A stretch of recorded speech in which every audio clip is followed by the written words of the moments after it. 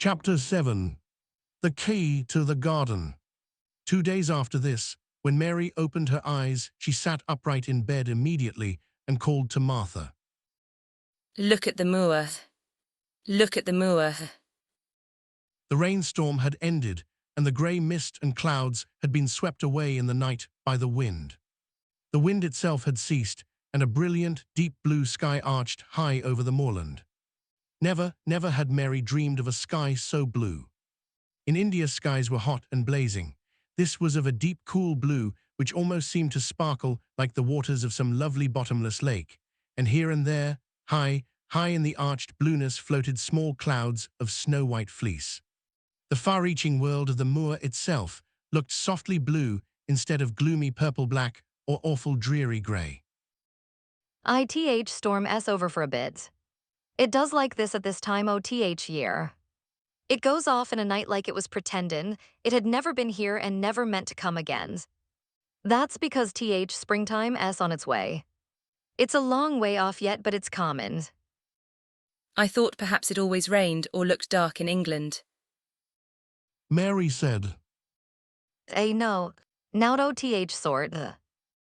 Said Martha, sitting up on her heels among her black lead brushes. What does that mean?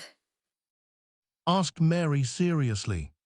In India, the natives spoke different dialects, which only a few people understood, so she was not surprised when Martha used words she did not know. Martha laughed as she had done the first morning. There now, I've talked broad Yorkshire again like Mrs. Medlock said I must not. Not OTH sort means nothing of the sort. Slowly and carefully. But it takes so long to say it. Yorkshire's sunniest place on earth when it is sunny. I told thee thaw'd like more after a bit. Just you wait till you see gold-colored gorse blossoms and blossoms OTH broom and heather flowerin', all purple bells and hundreds o' butterflies flutterin' and bees hummin' and skylarks soarin' up and singin'. You'll want to get out on it at sunrise and live out on it all day like Dickon does. Could I ever get there? Asked Mary wistfully, looking through her window at the far-off blue. It was so new and big and wonderful, and such a heavenly color. I do not know.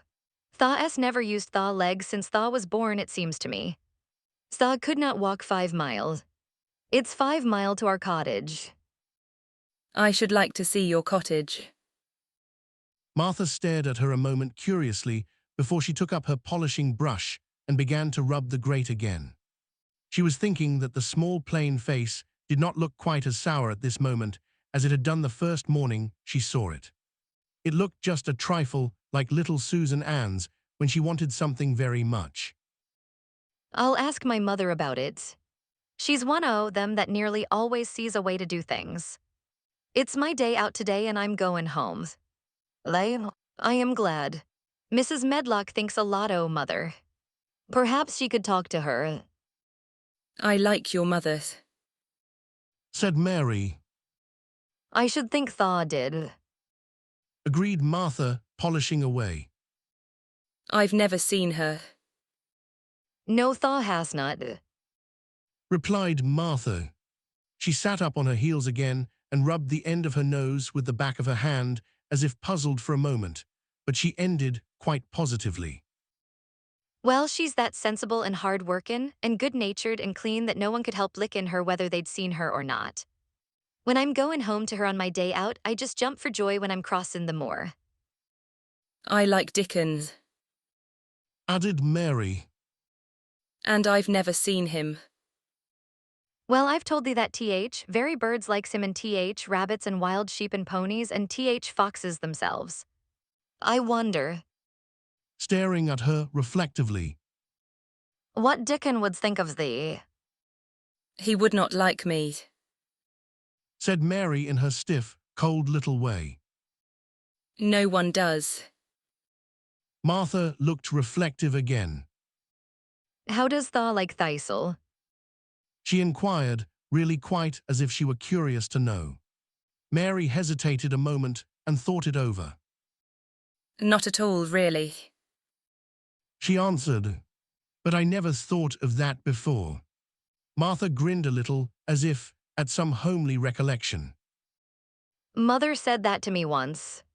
She was at her washtub and I was in a bad temper and talkin' ill of folk, and she turns round on me and says, "Thaw, young vixen, thaw. There thaw stands sayin', thaw dose not like this one and thaw dose not like that one. How does thaw like thisel?" It made me laugh and it brought me to my senses in a minute. She went away in high spirits as soon as she had given Mary her breakfast. She was going to walk 5 miles across the moor to the cottage, and she was going to help her mother with the washing and do the week's baking and enjoy herself thoroughly. Mary felt lonelier than ever when she knew she was no longer in the house. She went out into the garden as quickly as possible, and the first thing she did was to run round and round the fountain flower garden 10 times. She counted the times carefully, and when she had finished, she felt in better spirits. The sunshine made the whole place look different. The high, deep blue sky arched over Misselthwaite as well as over the moor, and she kept lifting her face and looking up into it, trying to imagine what it would be like to lie down on one of the little snow-white clouds and float about. She went into the first kitchen garden and found Ben Weatherstaff working there with 2 other gardeners. The change in the weather seemed to have done him good. He spoke to her of his own accord. "Springtime's common, cannot thar smell it." Mary sniffed and thought she could. I smell something nice and fresh and damp. She said. "That's good rich earth." He answered, digging away. "It's in a good humour mackin, ready to grow things. It's glad when plantin' time comes. It's dull in winter when it's got nowt to do. In flower gardens out there things will be stirrin', down below in dark. Sun's warmin', You'll see bits o' green spikes stickin' out o' black earth after a bit." What will they be? Asked Mary. "Crocuses and snowdrops and daffodowndilies. Has thar never seen them?" No. Everything is hot and wet and green after the rains in India. Said Mary. And I think things grow up in a night. "These wannot grow up in a night. Thar'll have to wait for 'em. They'll poke up a bit higher here and push out a spike more there and uncurl a leaf this day and another that. You watch 'em." I am going to. Answered Mary. Very soon she heard the soft rustling flight of wings again, and she knew at once that the robin had come again. He was very pert and lively, and hopped about so close to her feet, and put his head on one side and looked at her so slyly that she asked Ben Weatherstaff a question. Do you think he remembers me? She said. "Remembers thee. He knows every cabbage stump in gardens, let alone people. He's never seen a little wench here before, and he's bent on findin' out all about thee. Thar's no need to try to hide anything from him." Are things stirring down below in the dark in that garden where he lives? Mary inquired. "What garden?" Grunted Weatherstaff, becoming surly again. The one where the old rose trees are. She could not help asking, because she wanted so much to know. Are all the flowers dead, or do some of them come again in the summer? Are there ever any roses? "Ask him." Said Ben Weatherstaff, hunching his shoulders toward the robin. "He's the only one as knows. No one else has seen inside it for 10 year." 10 years was a long time, Mary thought. She had been born 10 years ago. She walked away, slowly thinking. She had begun to like the garden just as she had begun to like the robin and Dickon and Martha's mother. She was beginning to like Martha too. That seemed a good many people to like when you were not used to liking. She thought of the robin as one of the people. She went to her walk outside the long, ivy-covered wall over which she could see the treetops, and the second time she walked up and down the most interesting and exciting thing happened to her, and it was all through Ben Weatherstaff's robin. She heard a chirp and a twitter, and when she looked at the bare flower bed at her left side, there he was hopping about and pretending to peck things out of the earth to persuade her that he had not followed her. But she knew he had followed her, and the surprise so filled her with delight that she almost trembled a little. You do remember me. She cried out. You do. You are prettier than anything else in the world. She chirped and talked and coaxed, and he hopped and flirted his tail and twittered. It was as if he were talking. His red waistcoat was like satin, and he puffed his tiny breast out, and was so fine and so grand and so pretty that it was really as if he were showing her how important and like a human person a robin could be. Mistress Mary forgot that she had ever been contrary in her life when he allowed her to draw closer and closer to him, and bend down and talk and try to make something like robin sounds. Oh, to think that he should actually let her come as near to him as that. He knew nothing in the world would make her put out her hand toward him or startle him in the least tiniest way. He knew it because he was a real person, only nicer than any other person in the world. She was so happy that she scarcely dared to breathe. The flower bed was not quite bare. It was bare of flowers because the perennial plants had been cut down for their winter rest, but there were tall shrubs and low ones which grew together at the back of the bed, and as the robin hopped about under them, she saw him hop over a small pile of freshly turned up earth. He stopped on it to look for a worm. The earth had been turned up because a dog had been trying to dig up a mole, and he had scratched quite a deep hole. Mary looked at it, not really knowing why the hole was there, and as she looked, she saw something almost buried in the newly turned soil. It was something like a ring of rusty iron or brass, and when the robin flew up into a tree nearby, she put out her hand and picked the ring up. It was more than a ring, however. It was an old key which looked as if it had been buried a long time. Mistress Mary stood up and looked at it with an almost frightened face as it hung from her finger. Perhaps it has been buried for 10 years. She said in a whisper. Perhaps it is the key to the garden. Chapter 8. The Robin Who Showed the Way. She looked at the key quite a long time. She turned it over and thought about it. As I have said before, she was not a child who had been trained to ask permission or consult her elders about things.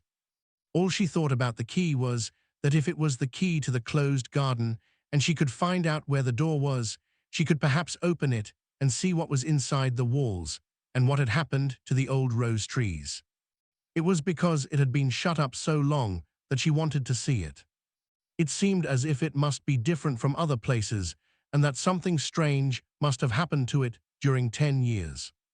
Besides that, if she liked it, she could go into it every day and shut the door behind her, and she could make up some play of her own and play it quite alone, because nobody would ever know where she was, but would think the door was still locked and the key buried in the earth.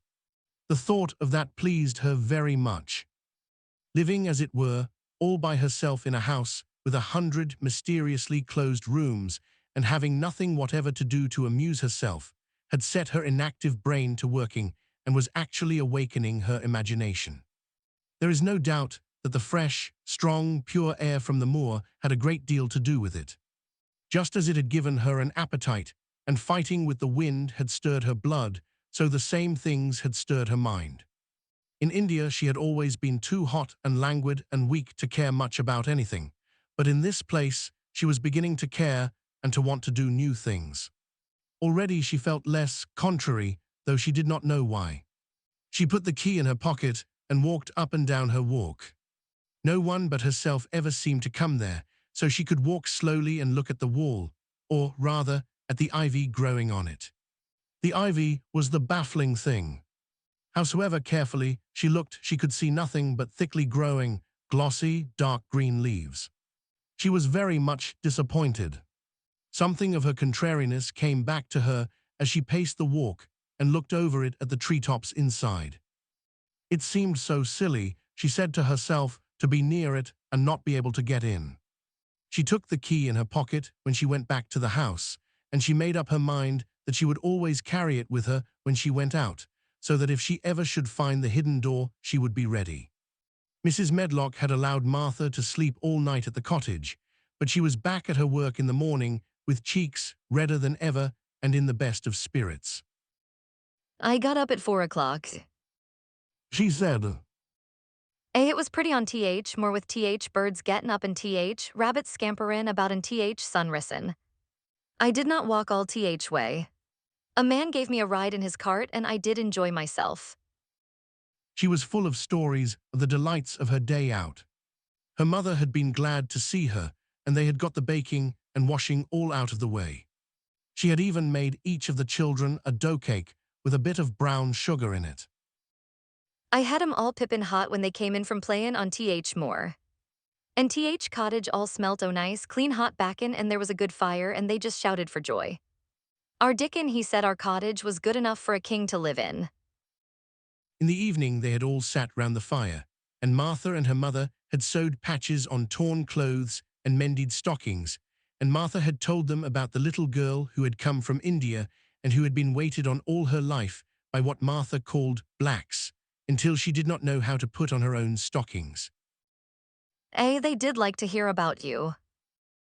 Said Martha. They wanted to know all about th blacks and about th ship you came in. I could not tell 'em enough. Mary reflected a little. I'll tell you a great deal more before your next day out, She said, so that you will have more to talk about. I dare say they would like to hear about riding on elephants and camels, and about the officers going to hunt tigers. My word. cried delighted Martha. It would set 'em clean off their heads. Would thaw really do that, miss? It would be same as a wild beast show like we heard they had in York once. Mary said slowly as she thought the matter over. India is quite different from Yorkshire. Mary said slowly as she thought the matter over. I never thought of that. Did Dickon and your mother like to hear you talk about me? Answered Martha. Why our Dickon's eyes nearly started out o' his head, they got that round. Answered Martha. But mother, she was put out about your seaman to be all by yourself like. She said, has not Mr. Craven got no governess for her, nor no nurse? And I said, no, he has not, though Mrs. Medlock says he will when he thinks of it, but she says he may not think of it for 2 or 3 years. I do not want a governess. Said Mary sharply. But mother says you ought to be learnin' your book by this time and you ought to have a woman to look after you, and she says, now, Martha, you just think how you'd feel yourself in a big place like that, wanderin' about all alone and no mother. You do your best to cheer her up, she says, and I said I would. Mary gave her a long, steady look. You do cheer me up. She said. I like to hear you talk. Presently Martha went out of the room and came back with something held in her hands under her apron. What does thaw think? She said with a cheerful grin. I've brought thee a present. Exclaimed Mistress Mary. A present. Exclaimed Mistress Mary. How could a cottage full of 14 hungry people give anyone a present? Explained Martha. A man was driven across the moor peddlin'. Explained Martha. And he stopped his cart at our door. He had pots and pans and odds and ends, but mother had no money to buy anythin'. Just as he was goin' away, our Elizabeth Ellen called out, Mother, he's got skippin' ropes with red and blue handles. And mother, she calls out quite sudden, here, stop, mister. How much are they? And he says 2pence, and mother, she began fumblin' in her pocket and she says to me, Martha, tha es brought me thy wages like a good lass, and I've got 4 places to put every penny, but I'm just goin' to take 2pence out of it to buy that child a skippin' rope. And she bought one and here it is. She brought it out from under her apron and exhibited it quite proudly. It was a strong, slender rope with a striped red and blue handle at each end, but Mary Lennox had never seen a skipping rope before. She gazed at it with a mystified expression. What is it for? She asked curiously. Cried out Martha. For? Cried out Martha. Does tha mean that they've not got skippin' ropes in India? For all they've got elephants and tigers and camels. No wonder most of 'em's black. This is what it's for, just watch me. And she ran into the middle of the room and, taking a handle in each hand, began to skip and skip and skip, while Mary turned in her chair to stare at her, and the queer faces in the old portraits seemed to stare at her too, and wonder what on earth this common little cottager had the impudence to be doing under their very noses. But Martha did not even see them. The interest and curiosity in Mistress Mary's face delighted her, and she went on skipping and counted as she skipped until she had reached 100. I could skip longer than that. She said when she stopped.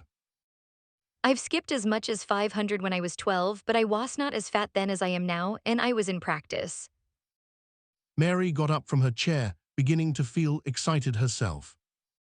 It looks nicer. She said, Your mother is a kind woman. Do you think I could ever skip like that? urged Martha, handing her the skipping rope. You just try it. Urged Martha, handing her the skipping rope. You cannot skip 100 at first, but if you practice, you'll mount up. That's what Mother said. She says nothing will do her more good than skippin' rope. It's sensiblest toy a child can have. Let her play out in fresh air skippin', and it'll stretch her legs and arms and give her some strength in 'em. It was plain that there was not a great deal of strength in Mistress Mary's arms and legs when she first began to skip. She was not very clever at it, but she liked it so much that she did not want to stop. Said Martha. Put on thaw things and run and skip out doors. Said Martha. Mother said I must tell you to keep out doors as much as you could, even when it rains a bit, so as thaw wrap up warm. Mary put on her coat and hat and took her skipping rope over her arm. She opened the door to go out, and then suddenly thought of something and turned back rather slowly. Martha, She said, they were your wages. It was your 2p, really. Thank you. She said it stiffly because she was not used to thanking people or noticing that they did things for her. Thank you. She said and held out her hand because she did not know what else to do. Martha gave her hand a clumsy little shake, as if she was not accustomed to this sort of thing either. Then she laughed. Art a queer old womanish thing. She said, If thaw'd been our Elizabeth Ellen thaw'd have given me a kiss. Mary looked stiffer than ever. Do you want me to kiss you? Martha laughed again. Nay, not me. She answered, If thaw was different, perhaps thaw'd want a thistle. But thaw is not. Run off outside and play with thy ropes.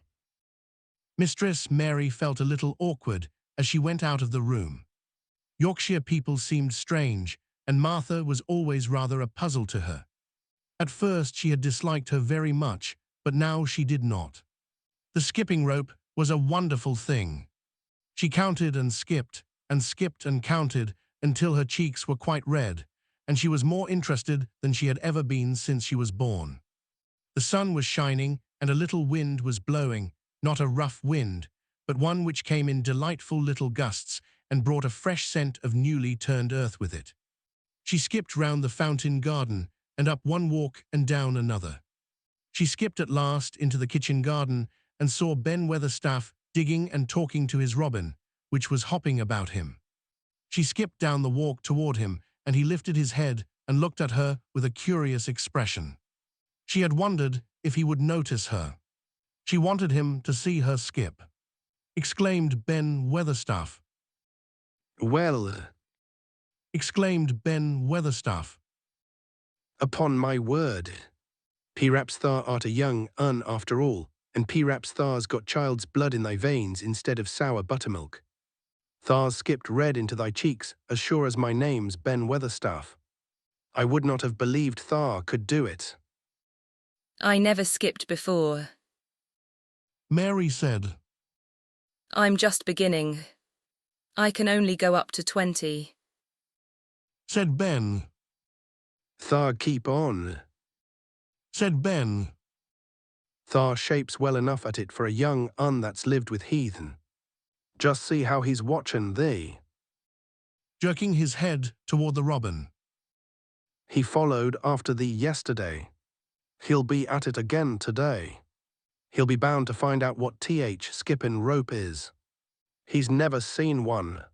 Aye. Shaking his head at the bird. Thar curiosity will be death of thee sometime if thar dost not look sharp. Mary skipped round all the gardens and round the orchard, resting every few minutes. At length she went to her own special walk and made up her mind to try if she could skip the whole length of it. It was a good long skip, and she began slowly, but before she had gone halfway down the path, she was so hot and breathless that she was obliged to stop. She did not mind much, because she had already counted up to 30. She stopped with a little laugh of pleasure, and there, lo and behold, was the robin swaying on a long branch of ivy. He had followed her, and he greeted her with a chirp. As Mary had skipped toward him, she felt something heavy in her pocket strike against her at each jump, and when she saw the robin, she laughed again. You showed me where the key was yesterday.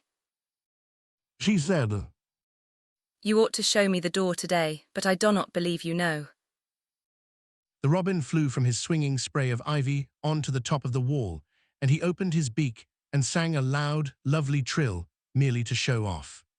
Nothing in the world is quite as adorably lovely as a robin when he shows off, and they are nearly always doing it. Mary Lennox had heard a great deal about magic in her Aya's stories, and she always said that what happened almost at that moment was magic. One of the nice little gusts of wind rushed down the walk, and it was a stronger one than the rest. It was strong enough to wave the branches of the trees, and it was more than strong enough to sway the trailing sprays of untrimmed ivy hanging from the wall. Mary had stepped close to the robin, and suddenly the gust of wind swung aside some loose ivy trails, and more suddenly still she jumped toward it and caught it in her hand. This she did because she had seen something under it, a round knob which had been covered by the leaves hanging over it. It was the knob of a door. She put her hands under the leaves and began to pull and push them aside. Thick as the ivy hung, it nearly all was a loose and swinging curtain, though some had crept over wood and iron. Mary's heart began to thump and her hands to shake a little in her delight and excitement. The robin kept singing and twittering away and tilting his head on one side, as if he were as excited as she was. What was this under her hands, which was square and made of iron, and which her fingers found a hole in? It was the lock of the door, which had been closed 10 years, and she put her hand in her pocket, drew out the key, and found it fitted the keyhole. She put the key in and turned it. It took 2 hands to do it, but it did turn. And then she took a long breath and looked behind her up the long walk to see if anyone was coming. No one was coming. No one ever did come, it seemed, and she took another long breath, because she could not help it, and she held back the swinging curtain of ivy and pushed back the door, which opened slowly, slowly. Then she slipped through it and shut it behind her and stood with her back against it, looking about her and breathing quite fast with excitement and wonder and delight. She was standing inside the secret garden.